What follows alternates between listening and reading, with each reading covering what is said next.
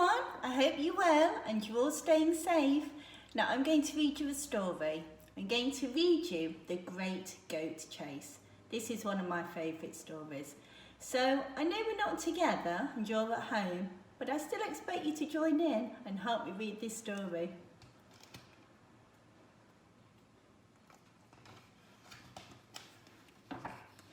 Mr. Farmer had a field, and in this field he decided to grow turnips. So he ploughed the field and sowed the seeds in long, neat rows, up and down, until the whole field was done. The seeds grew, and soon every row was filled with large, round, plump turnips. Now, Mr. Farmer had 3 goats, which he milked every morning. One day, Mr. Farmer left the gate open, and the goats slipped through it, tripped down the road, and right into the turnip field. They could hardly believe their good fortune, and straight away they began to chomp the turnips, row after row after row. Mr. Farmer, who was having a late morning cup of tea, looked out of his kitchen window and saw those goats gobbling up his turnips.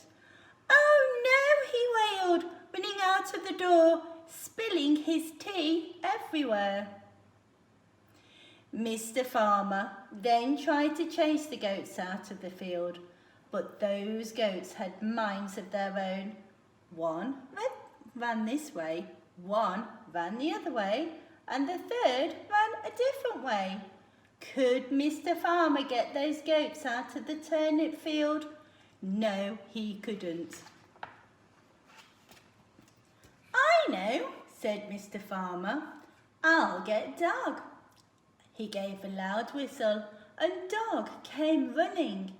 He rushed into the field and tried to herd the goats. But Dog was a sheepdog, and these were goats.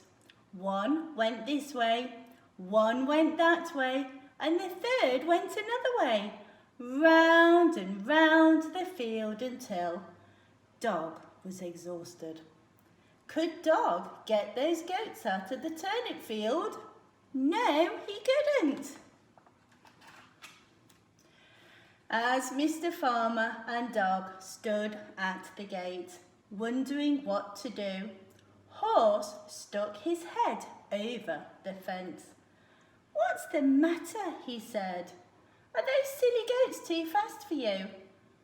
"Probably," said Mr. Farmer warily. "Never mind, I've got good strong legs.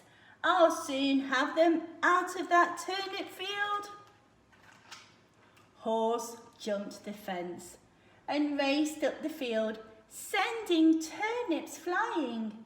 Now Horse was bigger and faster than the goats, but they could turn more easily.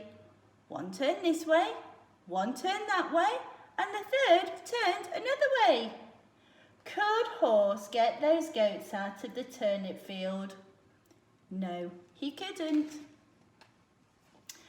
As Horse sat down beside Mr. Farmer and Dog, Cow came up to them. "Let me show you how it's done," she said. "My big horns will soon get them out of the way." And so they did. One goat went scampering this way, one goat went scampering that way, and the third went scampering another way, every way but in the right direction. Could Cow get those goats out of the turnip field? No, she couldn't. Now Pig, who had been grinning at the efforts of his friends, decided to show them how it was done. "It's time to get tough," he said. "Show them a bit of muscle." Pig pumped up his great shoulders and trotted into the turnip field. And then he dropped his head and charged with all of his might. One goat nimbly tripped this way, one goat nimbly tripped that way, and the third nimbly tripped another.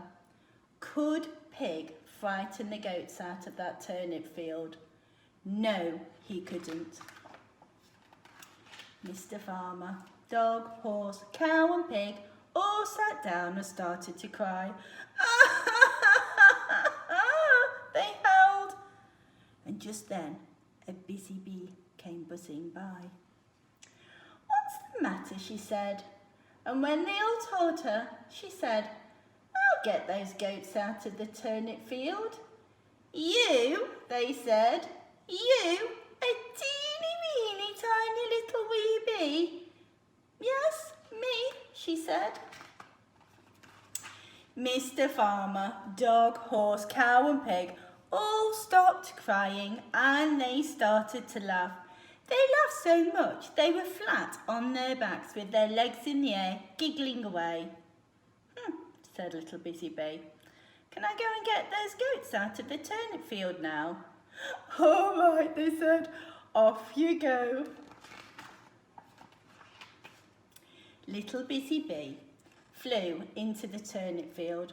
She buzzed around and around the goats' heads, and then she said to them, if you don't leave right now, I'm going to sting you on the bottom.